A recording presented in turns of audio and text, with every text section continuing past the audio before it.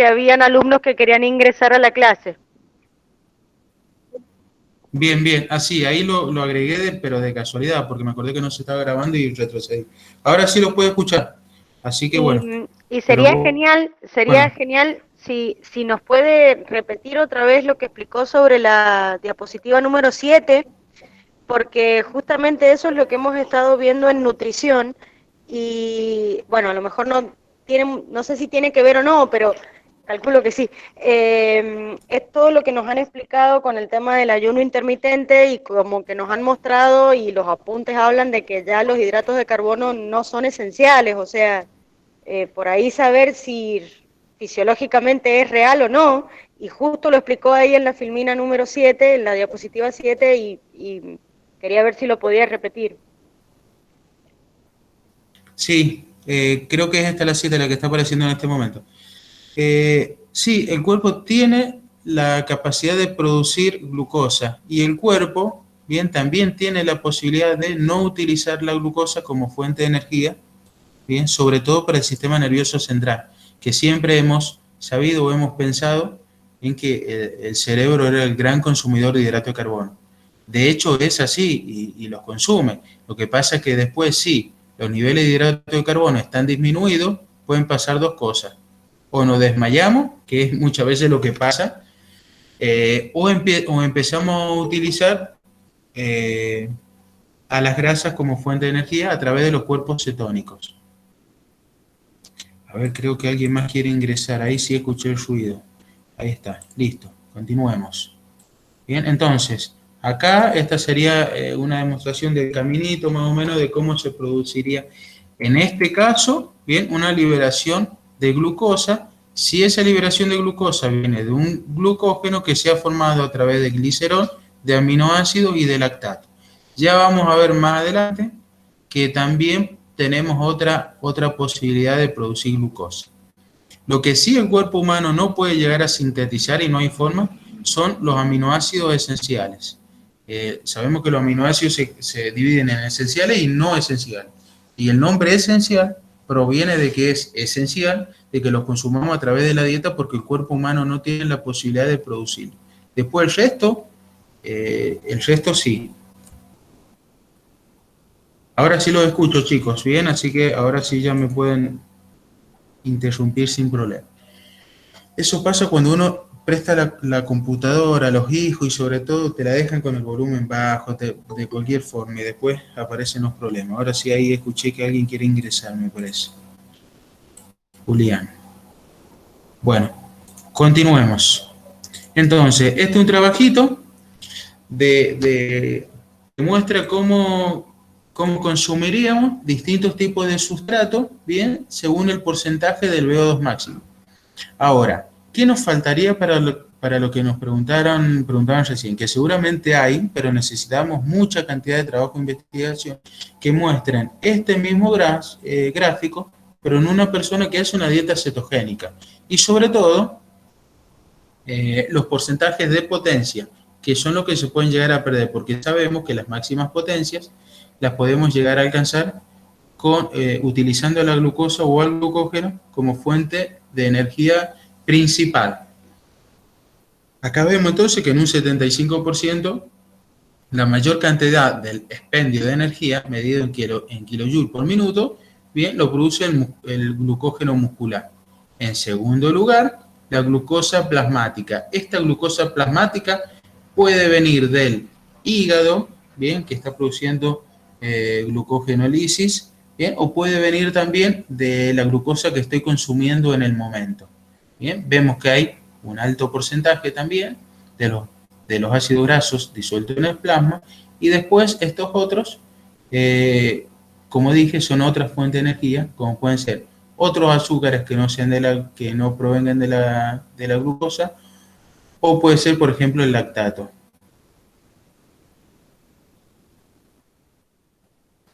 Acá vemos bien un trabajo similar al de recién, nada más que acá analizaron los porcentajes de 40, 55 y 75% del VO2 máximo, y acá, bien, el 25, el 65 y el 85%.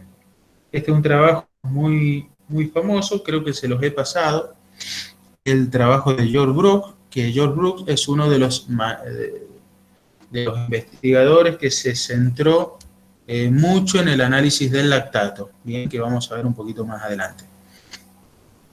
Bien, entonces, bueno, acá también demuestra cómo el glucógeno muscular sería quien nos proveería de una gran cantidad de energía, bien, por encima del 60%. Lo que pasa es que, bueno, como les dije recién, va a quedar la duda, o mejor dicho, todavía haría falta tener una mayor cantidad de trabajos que nos muestren esto mismo, bien, con los distintos tipos de dieta. No solo de ayuno intermitente, que el ayuno intermitente, de acuerdo al tipo de intermitencia, no sería tanto problema, bien, salvo que sea un 18-6, pero sí sería, sí tendríamos algún tipo de inconveniente, sobre todo con las dietas cetogénicas. En cuanto al rendimiento,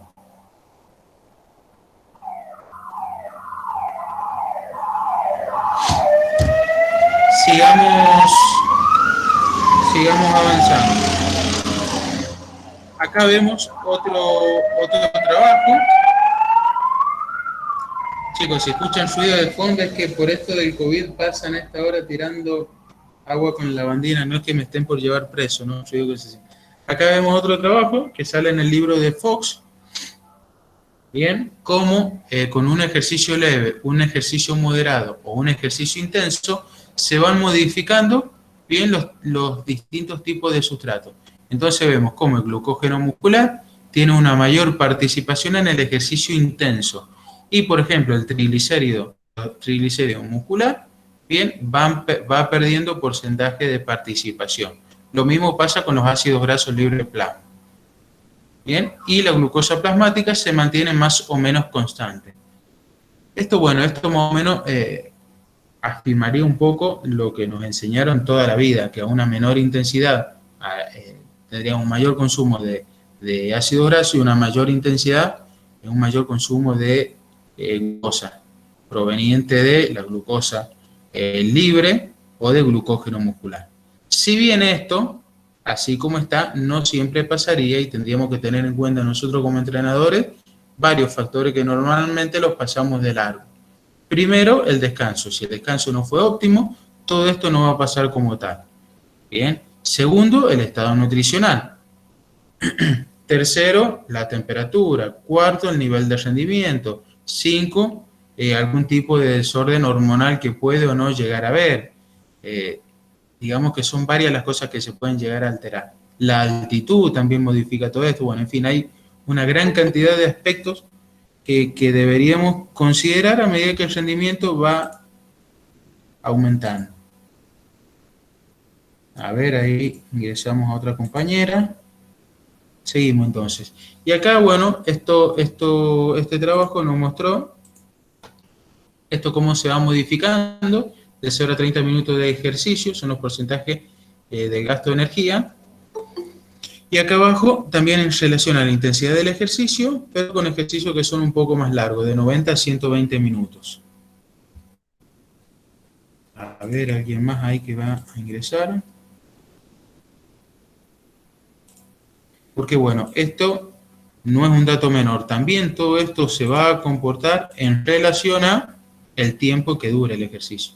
Como vimos la clase anterior, así sea un ejercicio de sprint, no es lo mismo hacer un sprint de 3 segundos que hacer un ejercicio de 6 segundos. Y no es lo mismo hacer un sprint que hacer 10 sprints. Y no es lo mismo si eso es sprint, descanso 10 segundos, 1 minuto o 3 minutos. A pesar de que siempre estamos trabajando sprint. Pero el objetivo o la carga interna que podemos llegar a producir en el organismo va a ser completamente distinta. Y son aspectos que lo tenemos que tener en cuenta porque quizás esos pequeños errores que nosotros cometamos puede llegar a repercutir, sobre todo si estamos cerca de la competencia.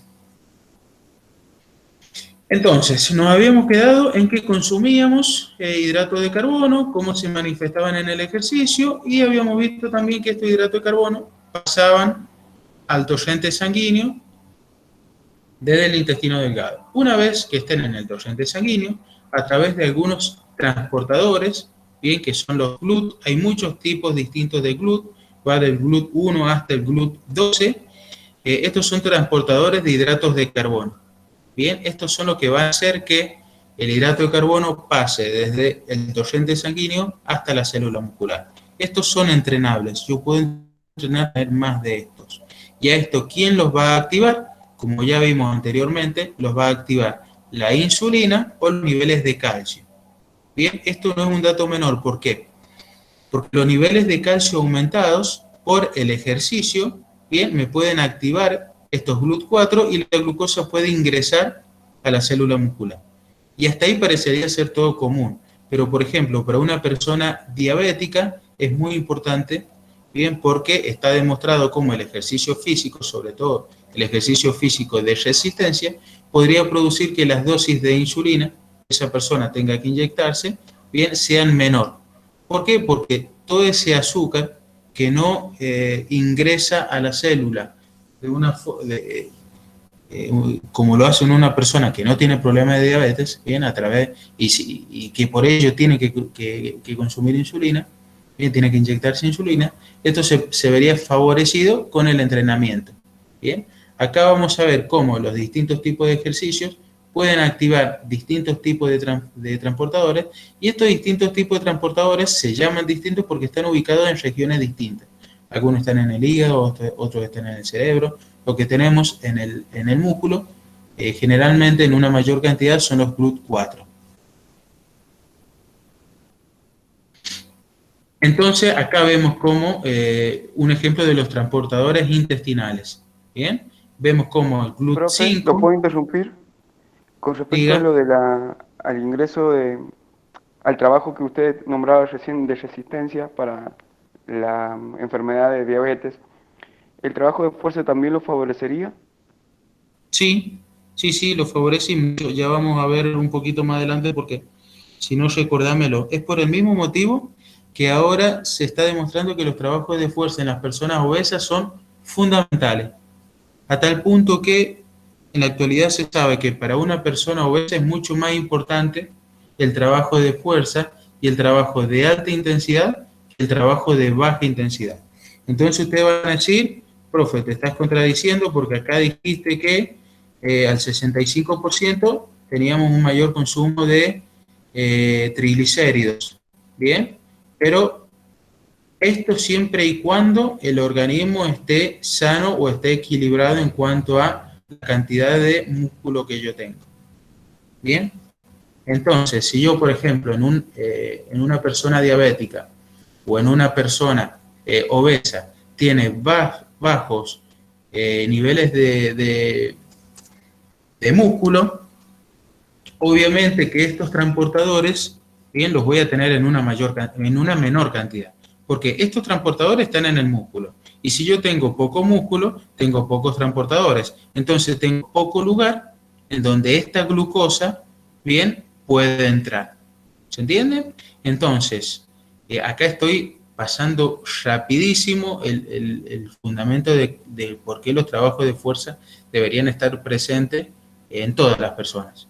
Bien, sea diabética, sea con algunos cuidados no hipertensos, mucho en las personas obesas, pero esa sería la justificación. Y por ejemplo, acá yo sé que una determinada intensidad voy a utilizar como fuente de energía a las grasas, pero siempre y cuando tenga músculo. ¿Por qué? Porque este movimiento que me está produciendo esta intensidad, bien, lo producen los músculos. Y si yo no tengo un alto porcentaje de músculo, no voy a tener, no voy a tener el lugar en donde poder metabolizar a las grasas. No sé si les respondí. Continuemos. Siempre con algunos cuidados, ¿bien? Tanto la persona diabética, tengo material si estás trabajando con personas diabéticas respecto, pero siempre hay recomendaciones, sobre todo para estas personas, tanto si van al gimnasio como si van a hacer ejercicios aeróbicos. Se lo voy a agradecer que me alcance que me pase el material, profe. Bueno, no hay problema. Entonces, acá vemos el glucógeno muscular se puede alojar en distintos lugares. Vemos que acá hay el 75% de glucógeno está entre las miofibrillas, se llama glucógeno intermiofibrilar. Después tenemos un porcentaje que está adentro de la miofibrilla y tenemos otro porcentaje que está en el sarcolemo. ¿Por qué? Porque nosotros siempre hemos visto al glucógeno como necesario para la contracción muscular y todo eso. Pero también tenemos que pensar que todas las células, bien, necesitan producir energía. Ya lo vimos en la clase anterior, como esa energía, o toda la energía que el cuerpo humano puede producir, el 60 o 65%, me está hablando del metabolismo basal. Y el metabolismo basal, bien, se refiere a toda la energía que producen las células, que quizás no están relacionadas directamente con la locomoción, con el ejercicio. Bien, es por eso que tenemos glucógeno en distintos lugares, porque cada uno va a tener una función distinta. Quizás no todos, bien, con la contracción muscular, pero sí con la función celular. Y nosotros, el que utilizaríamos, por ejemplo, en el ejercicio, será va a ser el intermiofibrilar, bien, sobre todo. Seguimos avanzando. Siempre les voy colocando, recuerden, debajo la cita de dónde fue extraído. Bien, fue de este libro, pero yo lo extraje sobre todo de un curso de Jorge Roy. Acá vemos cómo, sobre todo en la tabla de acá abajo, cómo se puede resintetizar el ATP. Bien, vemos desde la fosfocreatina y desde el glucógeno muscular. Acá fíjense cómo en ejercicios que van de 0 a 1,3 segundos, o sea, nada, piensen en una prueba de 100 metros, quizás no despegás el segundo pie del taco y ya pasó ese tiempo, o bueno, yo por lo menos que soy medio lente.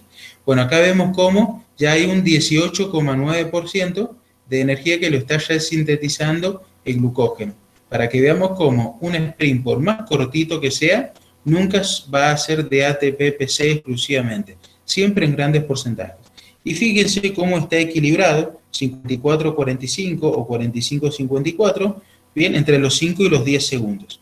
Quiere decir que en un trabajo de 5 segundos ya tenemos el 50% de energía, ya no está siendo aportado solo por el ATP-PC.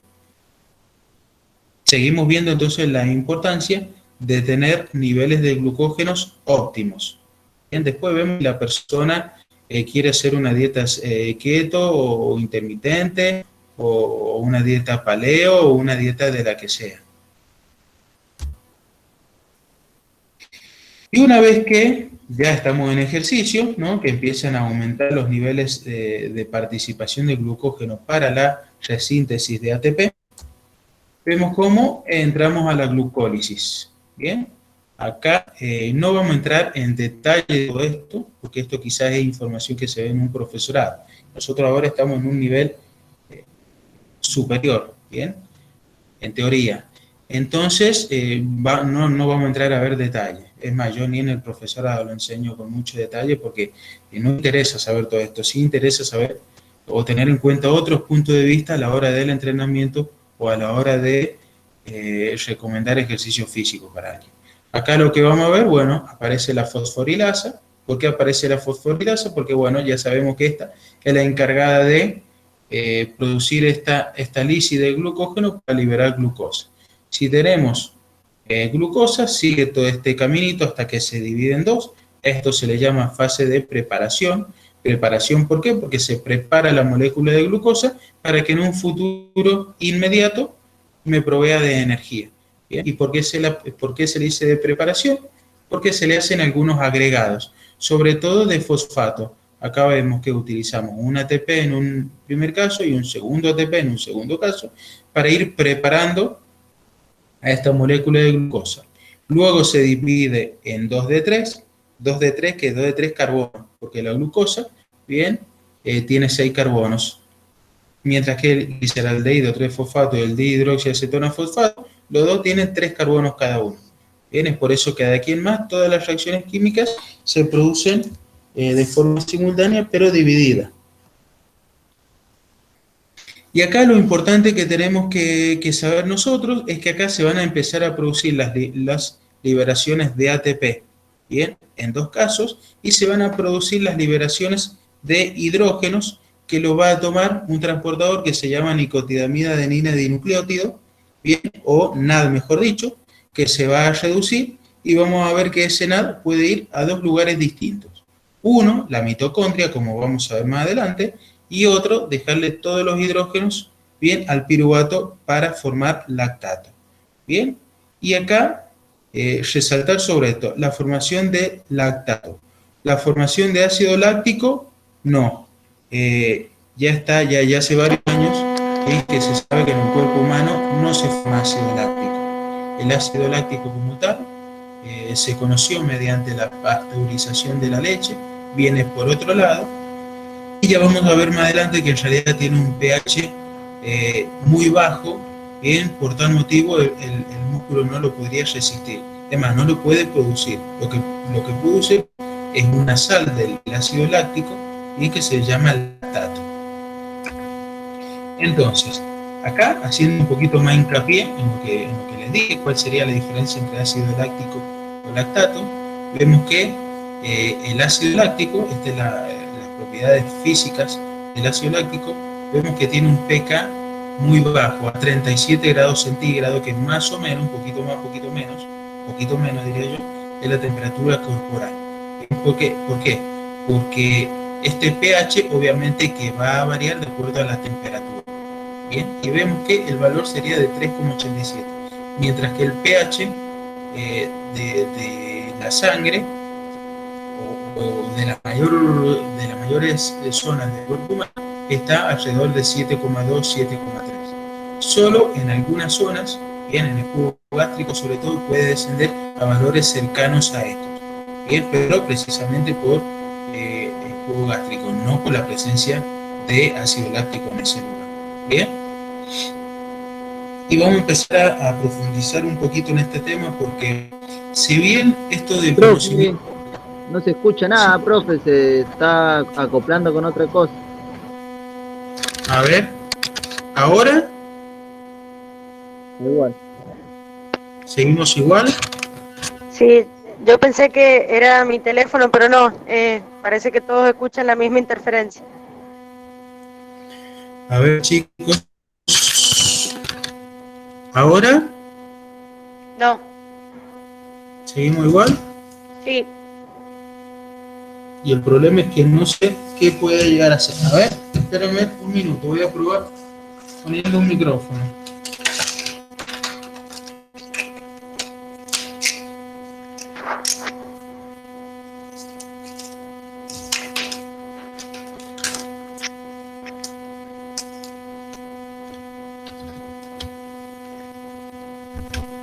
Ahora, chicos, ¿cómo se siente? Igual. Ahora, avísenme si me escuchan. Sí, lo escuchamos, pero hay un zumbido detrás que no se deja apreciar bien de la clase.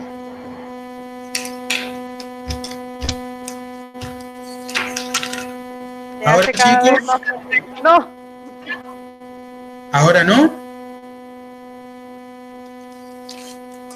Sí, María, tenía el celular cerca, lo he alejado un poco, porque precisamente me estaban llegando WhatsApp, mensajes, mail, de todo, así que puede que eso produzca la interferencia. ¿Ahora mejoró, profes?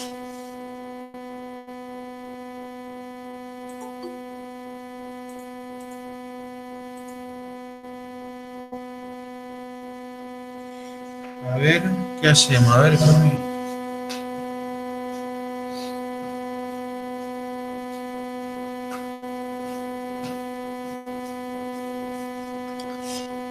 Ahora, profes, avísenme si ahora está un poco mejor.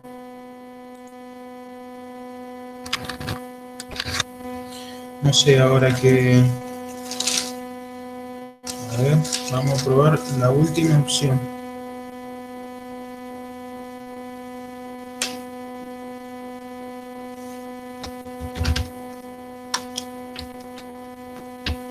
A ver, ahora se escucha mejor.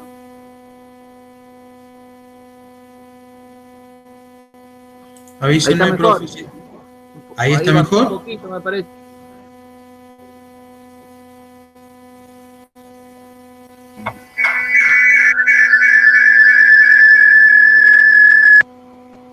Bueno.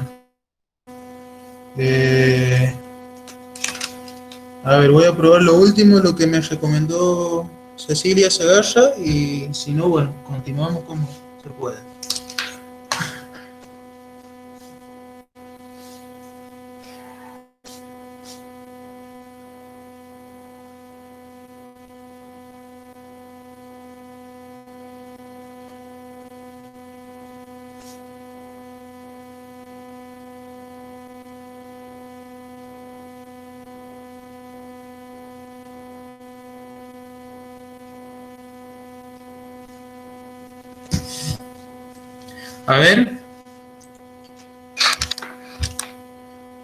A ver, ahora, profes, ¿cómo estaría? Roguemos que esté un poquito mejor. Escríbame alguno o active el micrófono. Bueno, profe, de última, sigamos así. Bueno, tratemos entonces, sí. De todos modos, miren, acá yo he tenido muchísimo problema con internet en estos días, así que no es nada injusto. Estamos en un horario que hay mucho uso, así que no es nada difícil que sea ese el inconveniente, el servidor de internet. No sé hasta dónde habíamos llegado o de dónde retomaríamos. Estamos hablando de la diferencia entre el ácido láctico y el lactato. ¿Bien? Entonces, ¿cuáles son algunas de las pruebas que hicieron o que llevaron a esta confusión de ácido láctico y lactato? Acá vemos un trabajo que muestra cómo, a medida que el pH desciende, los niveles de lactato y de piruvato se empiezan a acumular. Bien, eso fue lo que llevó a pensar, bien, que este lactato que se producía en el organismo era el que me estaba produciendo la acidez muscular, y que como tal era el que me producía la fatiga, y que como tal era el que teníamos que tener cuidado de no producirlo porque me disminuye el rendimiento, y que como tal lo teníamos que lavar luego de la competencia con un regenerativo. Bien, acá vemos cómo este pH va a descender hasta 6.4. De eso no puede bajar el pH, porque como habíamos visto en la primera clase, las enzimas para que funcionen tienen que tener un pH óptimo, que va a estar alrededor de 7,2. Si este pH desciende o aumenta mucho, esas actividades enzimáticas se ven perjudicadas, o se ven disminuidas, mejor dicho. Bien, sigamos avanzando. Entonces, si no sale del lactato, ¿de dónde saldría esa acidosis metabólica? Acá vemos, o vamos a empezar a ver, por ejemplo, rápidamente algunas reacciones químicas. Acá vemos, por ejemplo, a ver,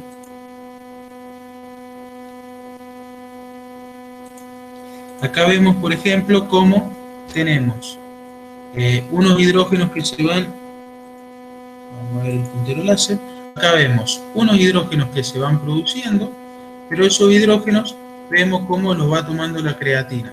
Acá vemos una reacción química del sistema ATP-PC.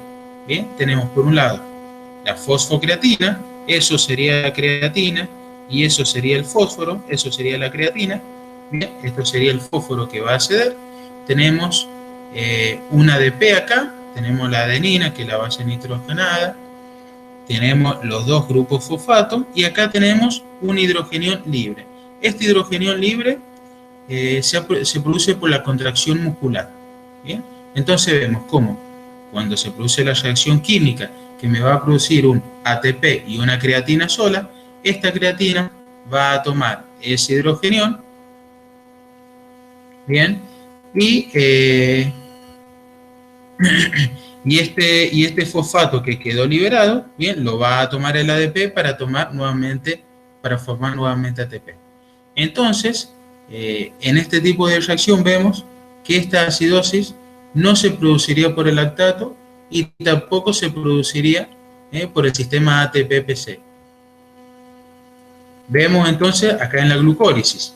Acá lo que me está representando esta tabla, este cuadro, son, por un lado, todas las reacciones químicas que anteriormente las habíamos visto en el esquemita, luego las enzimas que participan y luego las fuentes de hidrogeniones. ¿Por qué siempre habla de hidrogeniones, tanto en este caso como en el anterior? Porque se sabe que la acidosis la producen estos hidrógenos libres, ¿bien? Pero el objetivo de esta revisión sería saber de dónde salen estos hidrógenos libres. Y vemos que acá en los distintos tipos de reacciones, tanto del paso de glucosa a glucosa 6-fosfato, en donde se necesita un ATP, recuerden que esto le habíamos llamado hace unas diapositivas atrás como fase de preparación. Cuando se forma esta glucosa fosfato, bien, se produce una liberación de hidrógenos.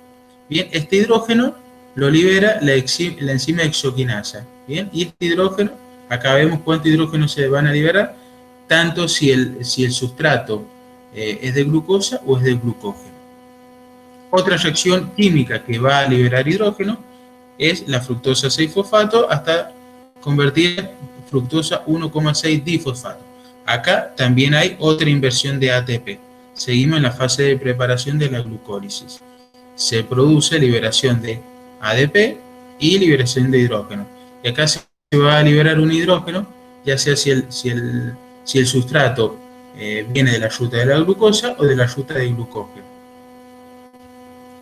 Y acá vemos en otra reacción, bien, que es de la 2-gliceraldehído 3-fosfato, bien, en donde se divide en 1,3 bifosfoglicerato, tenemos otra liberación de 2 hidrógenos en este caso. El problema es que luego, en otra reacción, en una de las últimas, del paso del 2-fosfenolpiruvato al piruvato, vemos que esta reacción va a consumir 2 hidrógenos. Acá, si está con el signo, si no tiene nada, significaría que sería un signo positivo, significa que se van a liberar, y en esta reacción significa que se van a tomar estos hidrógenos. Entonces vemos que el balance neto, bien, acá se producieron 4, pero se consumieron 2, entonces vemos que hay 2 hidrógenos que se están liberando. Mientras si el metabolismo viene de glucógeno y no de glucosa, vemos que en este caso se van a producir 3, pero se van a consumir 2. De todos modos, sigue siendo una reacción equilibrada, bien, por lo que la glucólisis como tal, de acuerdo a sus reacciones, no me produciría una gran cantidad de hidrógenos. Entonces, ¿qué se sabía anteriormente? Que bueno, que la formación del lactato, bien, es la que me producía la acidosis metabólica, es la que me producía el descenso de pH, el ardor del músculo, el aliento raro, el rendimiento de la disminución en el rendimiento, las náuseas, el dolor de cabeza, todo eso nos habían dicho en un momento que eran síntomas del lactato. Bien, pero sin embargo acá vemos como el piruvato, cuando se forma el lactato, viene un transportador que está reducido porque trae hidrógenos. Bien, de estos hidrógenos que habían quedado libres en la reacción anterior, vemos que el lactato en realidad va a tomar estos hidrógenos. Bien, acá habíamos dicho que en la glucólisis quedaban 2 lactatos libres por un lado, si el metabolismo venía de la glucosa, o 1 si el metabolismo venía del glucógeno. Pero vemos como en este caso el lactato va a tomar esos hidrógenos, bien, para incorporarlo a su estructura química. Esto lo va a hacer la enzima láctico deshidrogenasa. Y vemos como los distintos hidrógenos que ya traía el NAD de una reacción anterior, vemos como estos NAD que ya traían de una reacción anterior, también lo va a tomar el lactato. Bien, y este NAD va a quedar reducido para poder llegar nuevamente a una degradación distinta y poder tomar estos hidrógenos nuevamente. Entonces, así como tal, este lactato me va a servir de mecanismo buffer. ¿Qué se le llama mecanismo buffer o mecanismo de amortiguamiento? Me va a servir para poder tomar estos hidrógenos para que no acidifiquen el medio.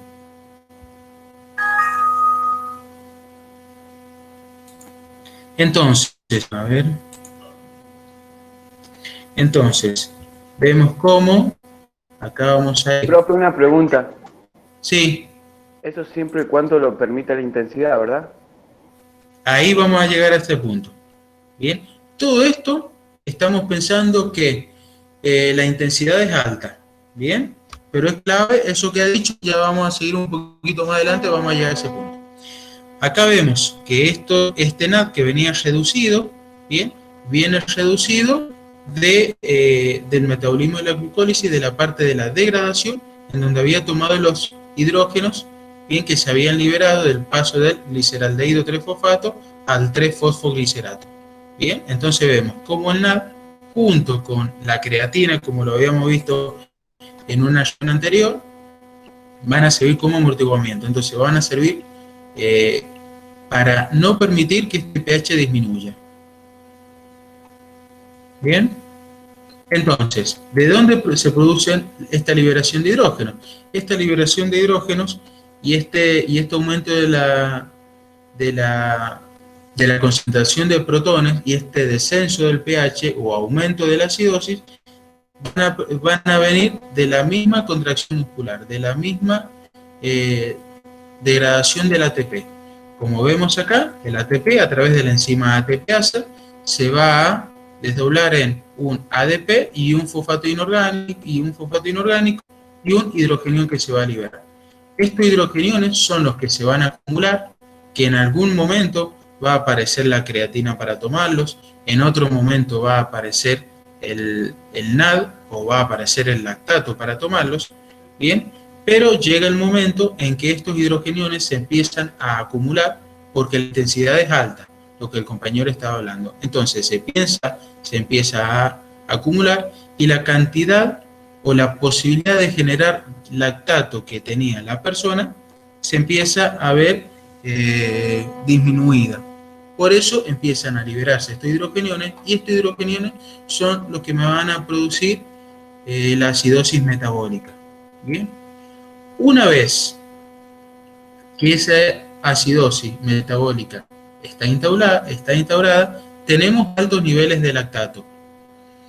Pero no porque el lactato tenga que ver con el descenso del pH, sino porque el lactato, bien, me ha servido como bombero en este caso para tratar de apagar el incendio. Lo que pasa es que cuando este incendio no se pudo apagar, me quedó una gran cantidad de bombero en este caso, de lactato.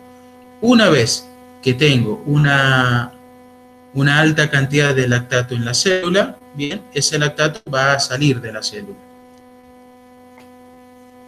Acá vemos la función de la láctico deshidrogenasa, vemos una fibra FT2, ahora en la actualidad sabemos que no se llama FT2 sino FTX, bien, puede ser ST o FT1 o FTA y FTX.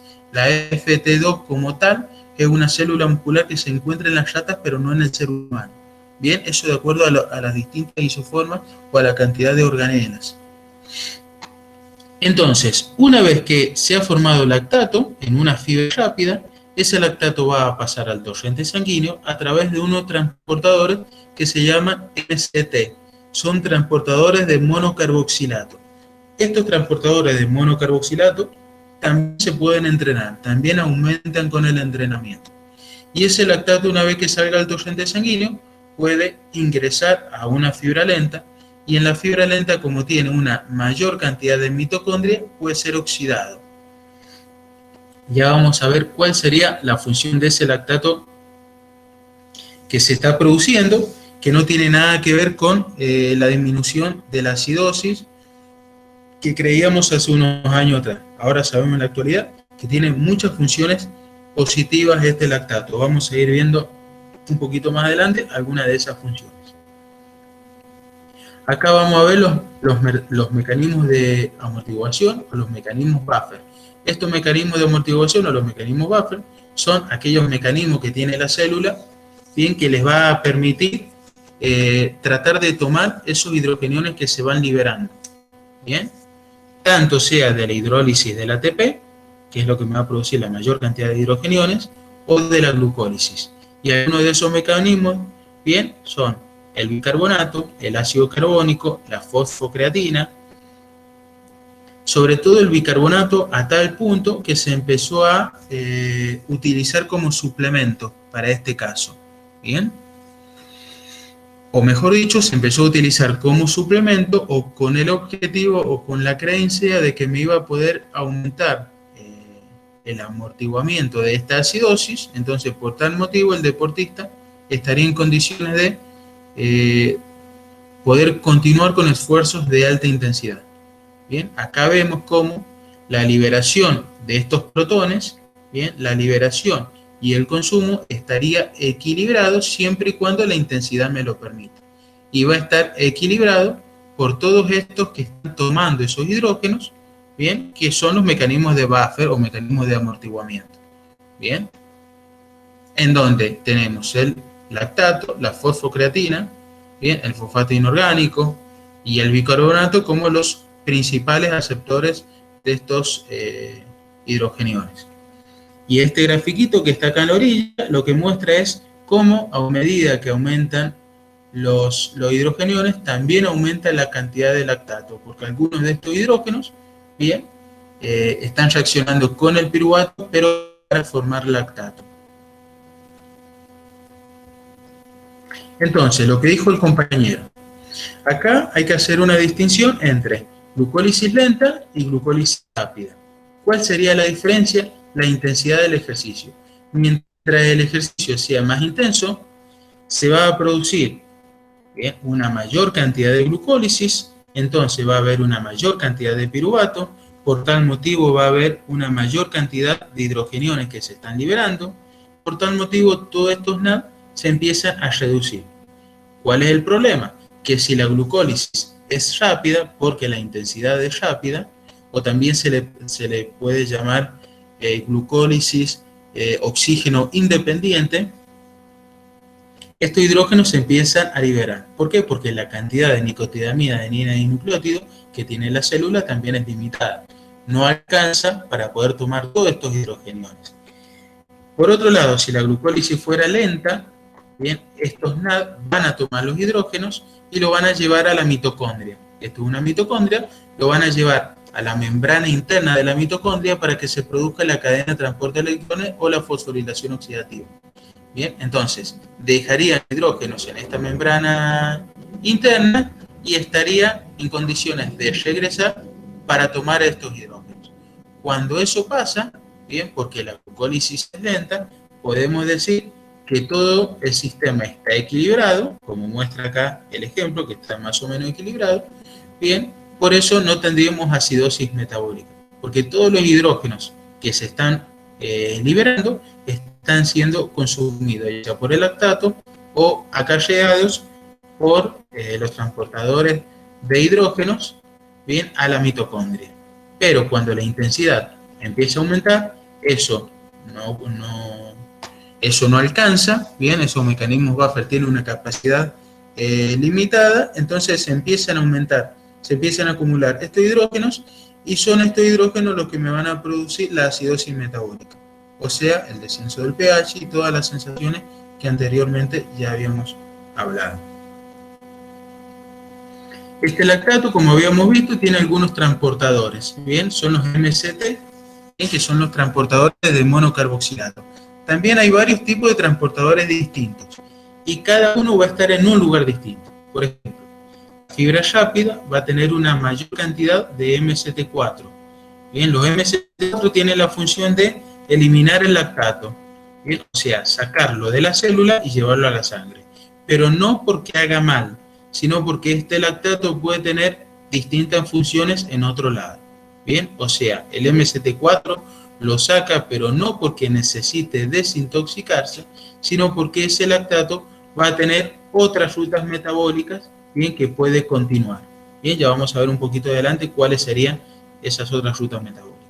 Y por otro lado, las fibras lentas tienen los MCT1 o transportadores monocarboxilato 1 que tienen la función de tomar el lactato. Bien, ¿por qué? Porque ya sabemos que la glucólisis se produce en una mayor cantidad en las fibras rápidas, ¿bien? Mientras que en la fibra lenta se produce en una menor cantidad. Es por eso que los MCT4 o MCT1 van a estar en mayor cantidad en una u en otra fibra.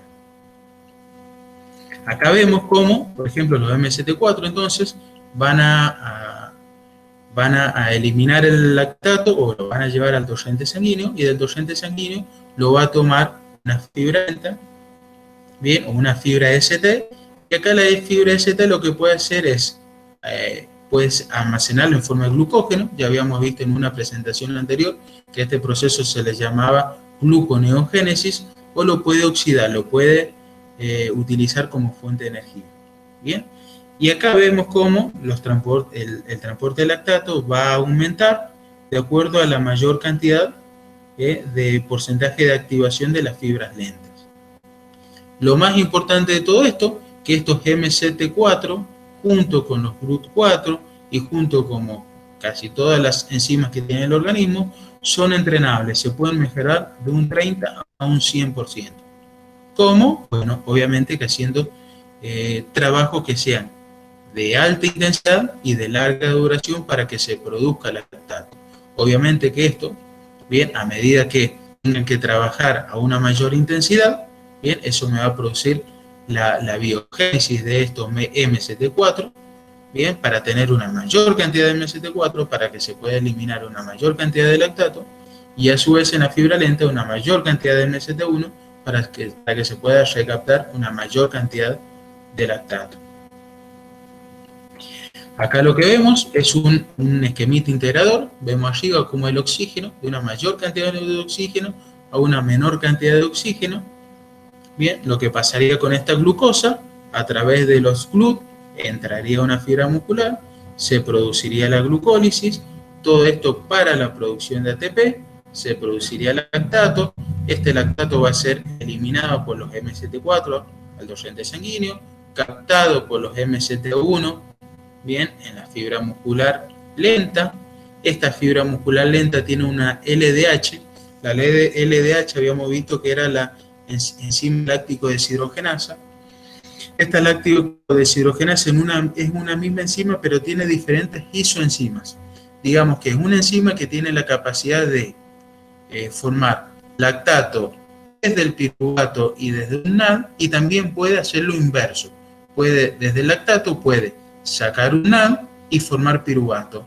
Y este piruvato, bien, a través de la piruvato deshidrogenasa, va a entrar al ciclo de Krebs, o al ciclo de los ácidos tricarboxílicos, bien, para poder producir nuevamente energía. Todo esto pasaría en mayor cantidad en las fibras lentas o en las fibras rápidas, pero en la FT1 o FTA. Acá vemos una imagen como estos MST, bien, se encuentran en una mayor cantidad, los que eliminan el lactato en las fibras FT, mientras que los que toman el lactato se encuentran en una mayor cantidad, que son los MST1, se encuentran en el hígado y en el corazón. Lo que me está indicando que estos son dos órganos que tienen, y en las fibras lentas, bien, hígado, corazón y fibras lentas. Entonces esta imagen me está indicando que tanto el hígado como el corazón y las fibras ST son grandes consumidores de lactato. El corazón, para utilizarlo como fuente de energía, no como el lactato como tal. Bien, no el lactato como tal, sino la glucosa, porque el lactato en realidad es un azúcar. Bien, es un azúcar, es una glucosa que ha ganado hidrógenos. El hígado para almacenarlo como forma de glucógeno a través del proceso de gluconeogénesis, y la fibra lenta para cualquiera de las dos cosas, o para oxidarla o para almacenarlo en forma de glucógeno. Bien. Y cuando este lactato se empieza a acumular en la sangre, en la fisiología vemos que se empieza a acumular, y a eso le llamamos umbral de lactato. ¿Qué es el umbral del lactato? Es un punto en el cual los niveles de lactato aumentan de forma exponencial. Bien, estas mediciones de lactato se pueden hacer con la biopsia muscular, como les mostré en la segunda o tercera diapositiva, o se puede hacer sacando una gotita de sangre, poniéndolo en un medidor de lactato, que son similares al medidor de azúcar, bien, y ese aparatito me da un numerito, bien, que puede ser 1, 2, 3, 4 o 25, 30, de acuerdo a la capacidad del atleta. Mientras mayor lactato pueda generar el atleta, eso es seña de que tiene mayores adaptaciones al entrenamiento. No significa, como se pensaba antes, que si tenía mucho lactato, significa que el atleta no tiene la capacidad de oxidar. Son dos cosas distintas. Hoy nosotros como entrenadores tendríamos que pensar que nuestros atletas deberían tener una gran capacidad para poder trabajar con niveles de lactato altos. Bien, acá vemos como nosotros en reposo siempre tenemos producción de lactato. Está alrededor de 1, 1,1, 1,2, va a depender de la persona. Cuando empieza el ejercicio, estos niveles de lactato generalmente bajan levemente, y cuando la intensidad empieza a aumentar, en metros sobre segundo, de 3,6 a 4, 4,4, 4,8, estos niveles de lactato empiezan a aumentar.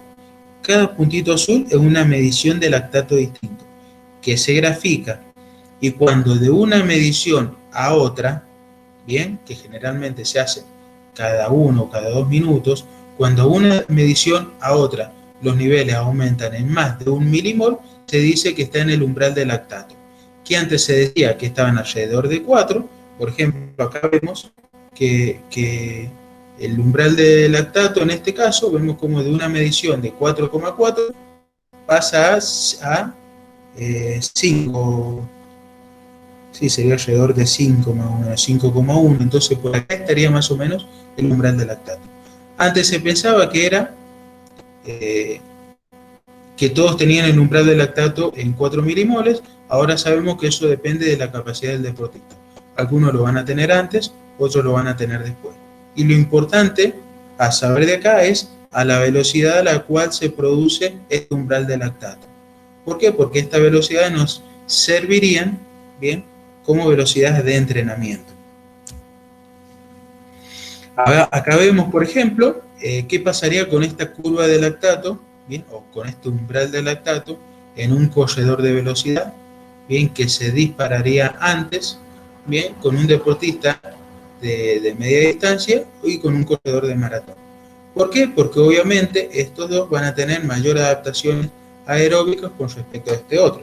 O sea que acá habíamos visto que las fibras ST tienen mayor cantidad de transportadores que me van a captar el lactato, mientras que los velocistas van a tener mayor cantidad de fibra FT en porcentaje. Bien, es por eso que podríamos pensar que los corredores de velocidad van a producir mayor lactato, o mejor dicho, quizás todos producen cantidades de lactato similar, pero algunos tienen mayor capacidad para tomar ese lactato que se está formando con respecto a otros. Otro concepto importante a conocer es el máximo estado estable de lactato. ¿Qué significa el máximo estado estable de lactato? Bueno, sabíamos, bien, la fisiología con el análisis empezó a saber que este lactato se comportaba de forma distinta de acuerdo a las intensidades. Bien, entonces, ¿qué sería el máximo estable del lactato? Es saber a cuál de estas velocidades, bien, el deportista puede seguir sin que este pico se produzca. Bien, ahora con el COVID somos casi especialistas en esto de las curvas exponenciales y de los picos y todo esto, ¿no? Entonces, vemos en este caso cómo a una determinada velocidad, cada determinada velocidad va a ser una prueba distinta. Bien, por ejemplo, elijo 3,6 kilómetros por hora. Bien, lo hago correr a la persona a 3,6 kilómetros por hora y le tomo lactato a los 5 minutos, a los 10 minutos, a los 15 minutos, a los 20 y así sucesivamente. Primero lo hago correr a los 3 kilómetros por hora, por ejemplo, luego a los 3,5, luego a los 4.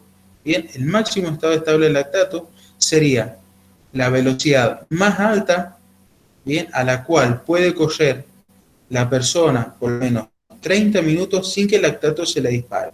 Bien, en este caso podemos pensar que en la prueba 4 fue quizás de 4 metros por segundo. Bien, entonces esa sería una velocidad que le permitiría al deportista correr a una gran intensidad porque se encontraría levemente por debajo del umbral de lactato. Bien, quizás acá probaron a 4 kilómetros por hora y acá a 5, y los 5 kilómetros hizo que este pico se produzca. Y si se produce este pico, significa que hay una mayor acumulación de lactato, por consiguiente, no va a poder mantener la prueba mucho más allá de los 30 minutos. En base a este máximo estado estable de lactato, se pueden hacer periodizaciones del entrenamiento. Por ejemplo, en el libro de Vilat, que se lo dejé en la primera clase, se los compartí, van a encontrar mucha información de esta.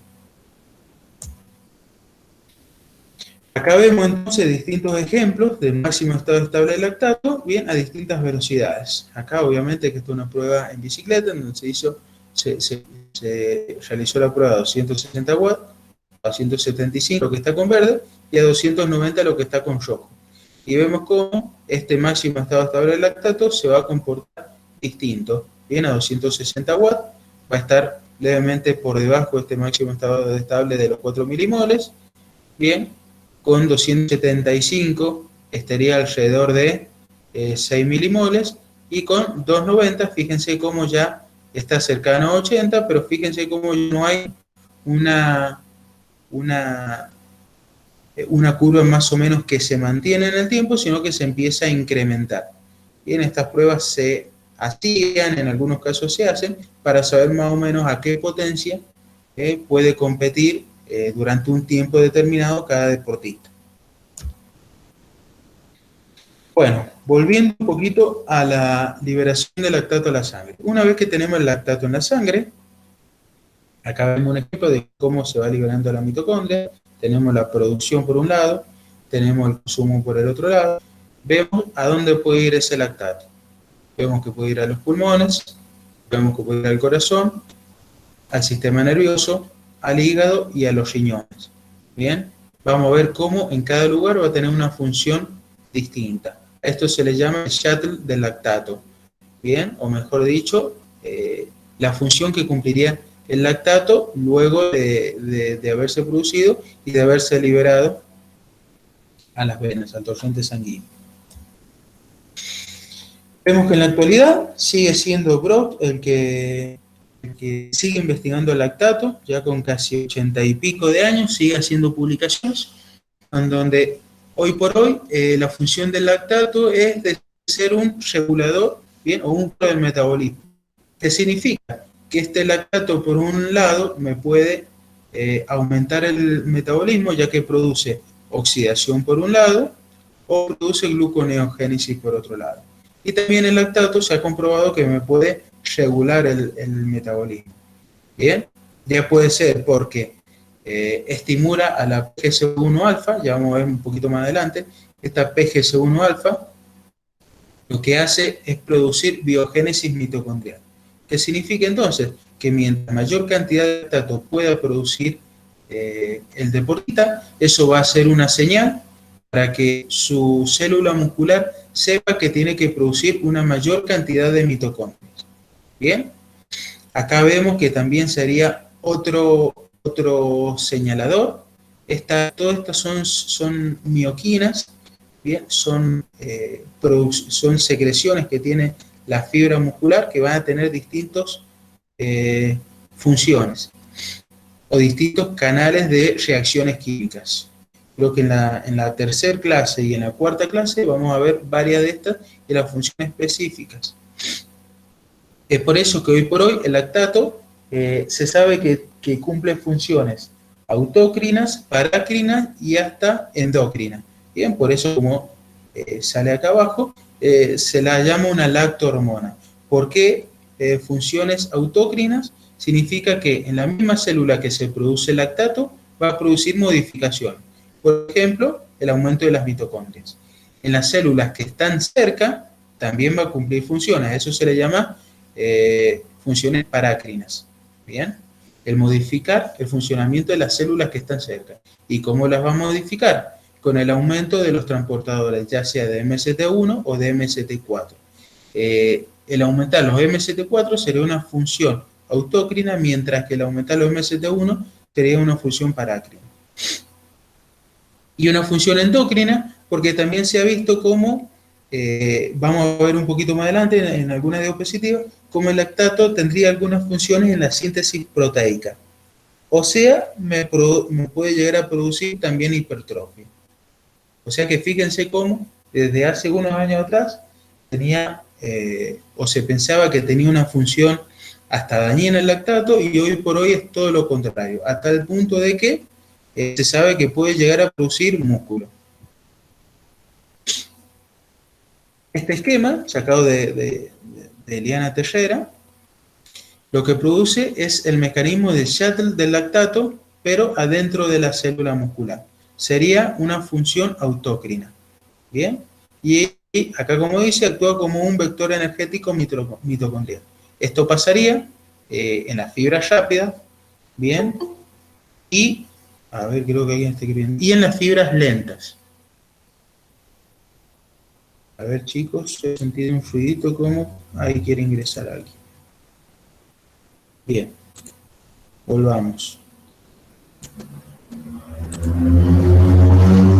En este esquemita lo que vamos a ver es cómo con la glucólisis, de glucólisis se va a producir el gliceraldehído 3-fosfato, de ahí el piruvato, y si la glucólisis es rápida, porque la intensidad es rápida, o oxígeno independiente, bien, este piruvato va a reaccionar con un NAD reducido y a través de la láctico deshidrogenasa se va a formar lactato. Este lactato va a entrar a la mitocondria, bien, adentro de la mitocondria va a liberar un hidrógeno, bien, que lo va a tomar el NAD, bien, para llevarlo a la cadena de transporte de electrones, bien, y el piruvato va a ser parte del ciclo de Krebs. Por eso se dice que es un vector energético mitocondrial. ¿Por qué? Porque si este piruvato no entra a la mitocondria a ser parte del ciclo de Krebs a través de la piruvato de deshidrogenasa, bien, en forma de citrato, para empezar el ciclo de Krebs en forma de citrato, lo puede hacer en forma de lactato, y en forma de lactato pasaría lo mismo, porque ese lactato va a liberar los hidrógenos, que lo va a tomar un NAD, y ese piruvato que queda, bien, puede ser parte también del ciclo de Krebs. Esta es la forma que utilizaría, por ejemplo, el corazón para utilizar al lactato como fuente de energía. No al lactato como tal, sino al piruvato, bien, luego de que ese lactato ha cedido los hidrógenos, bien. Luego acá el piruvato, lo que, bueno, acá es otro esquema que muestra también lo de recién, ¿no? Vemos como el piruvato va a formar lactato, este lactato va a llegar a la mitocondria, acá tenemos la membrana interna de la mitocondria, la membrana externa de la mitocondria y el espacio intermembrana. Bien, este lactato va a ceder los hidrógenos, bien, acá vemos como el NAD oxidado va a quedar como un NAD reducido. Este MST1, que es un transporte de monocarboxilato, va a hacer que ingrese ese lactato, pero en forma de piruvato, y este piruvato va a ser parte del ciclo de Krebs. Y estos hidrógenos van a ser parte de la cadena de transporte de electrones y van a producir también ATP. Y si no se produce lactato, porque la glucólisis no es rápida, sino que es una glucólisis lenta, este piruvato va a ingresar también a la mitocondria y va a ser parte del ciclo de Krebs. Entonces, por un lado acá tendríamos lo que pasaría en una glucólisis lenta y por otro lado lo que pasaría en una glucólisis rápida, considerando que ese lactato se quede en la célula muscular para tener una función energética. Bien, ya hemos visto también que puede salir al torrente sanguíneo para irse a otro lado, hígado, riñón, etc.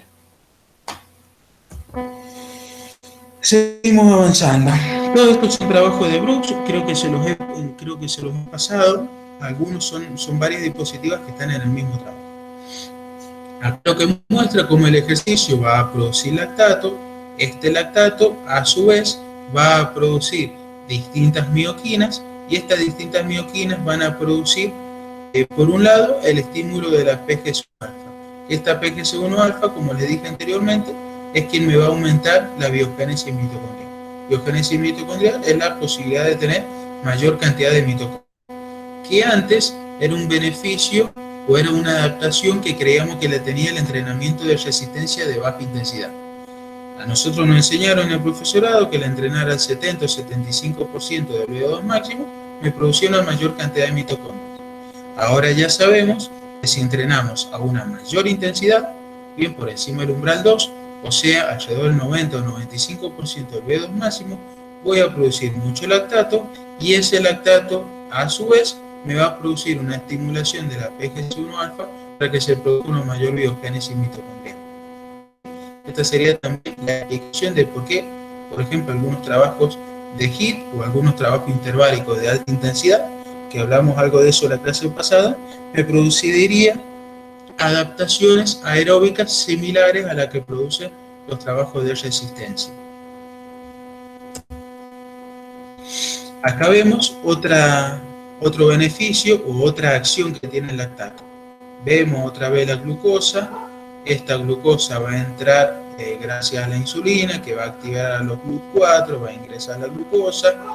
Esta glucosa puede seguir la glucólisis, de piruvato puede formar lactato. O este lactato puede ingresar directamente si esta fuera otra célula muscular.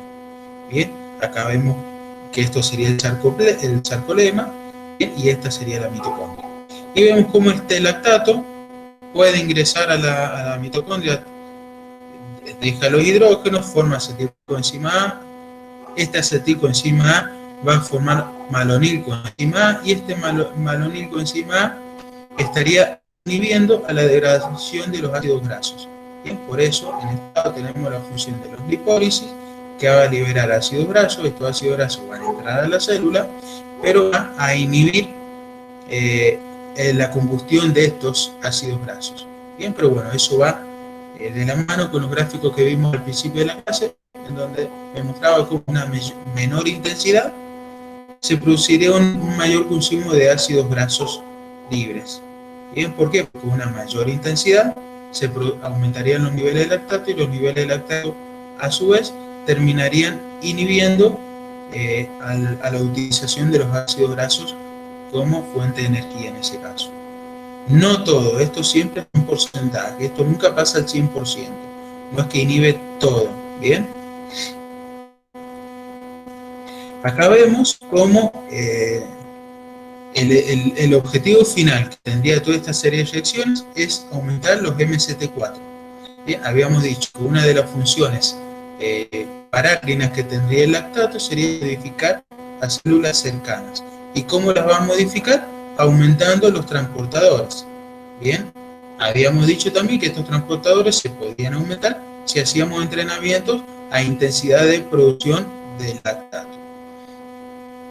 Esto me va a producir porque acá vemos cómo el glucógeno pasa a glucosa, acá se produce la glucólisis, bien, a través de la fosfofructoquinasa, y me termina produciendo piruvato. Este piruvato va a ir por un lado al ciclo de Krebs a formar acetilcoenzima A, o por otro lado, a través de la láctico deshidrogenasa, va a producir lactato, y este lactato a su vez me va a producir la estimulación de los MCT4.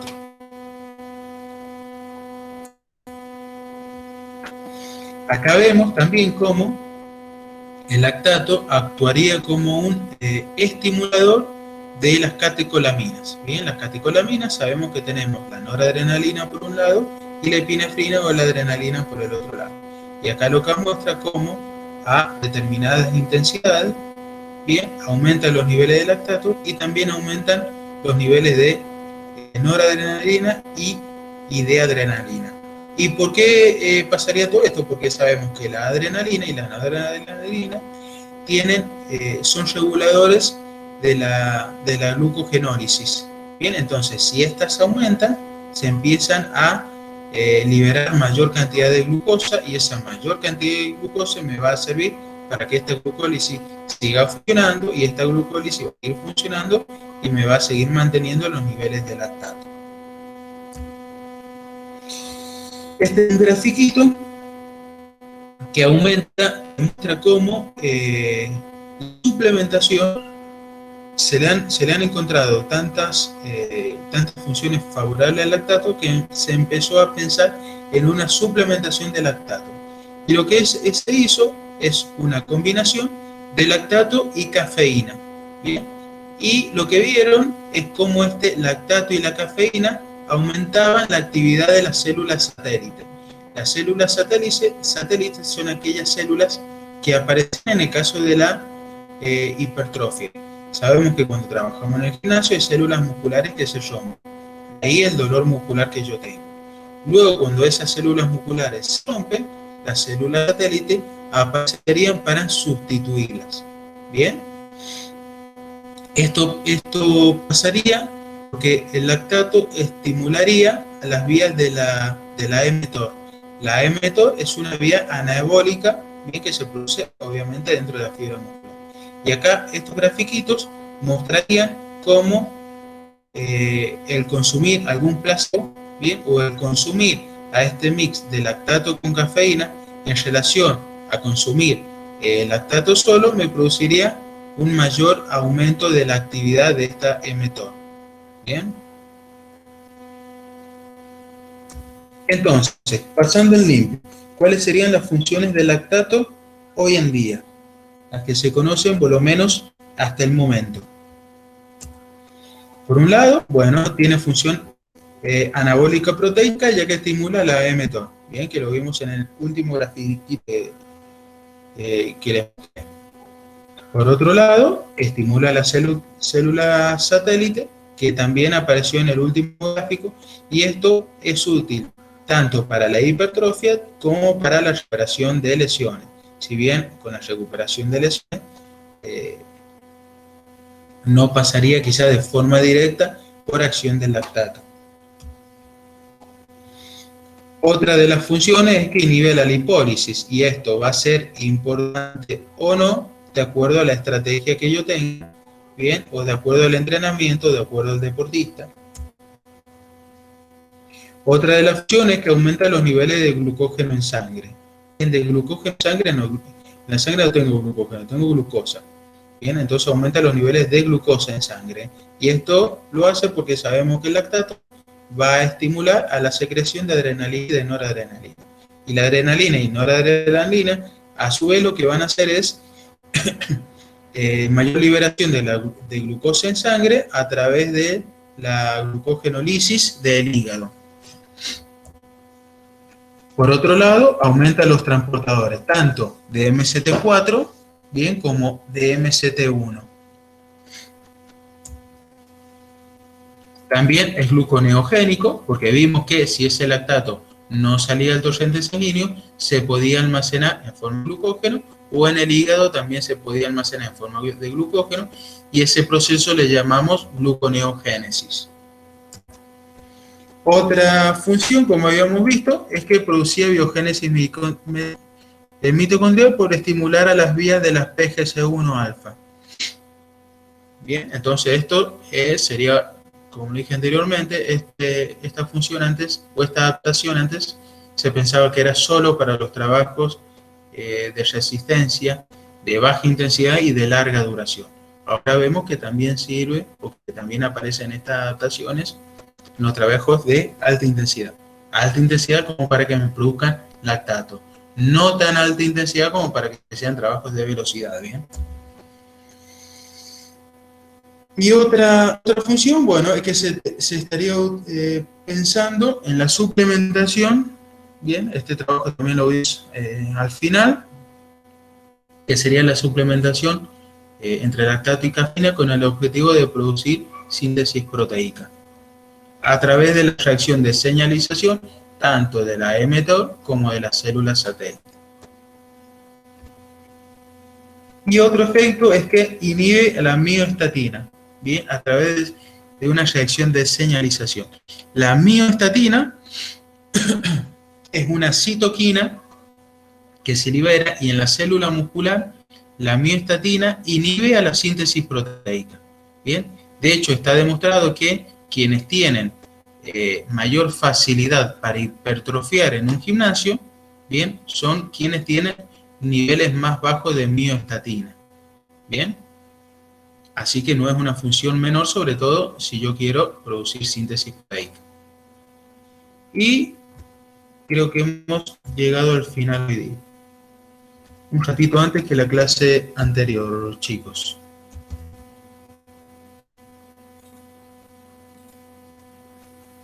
Espero que me hayan escuchado, espero que se haya entendido, que no haya generado mucha confusión, y si se ha generado mucha confusión, bueno, espero que la podamos resolver.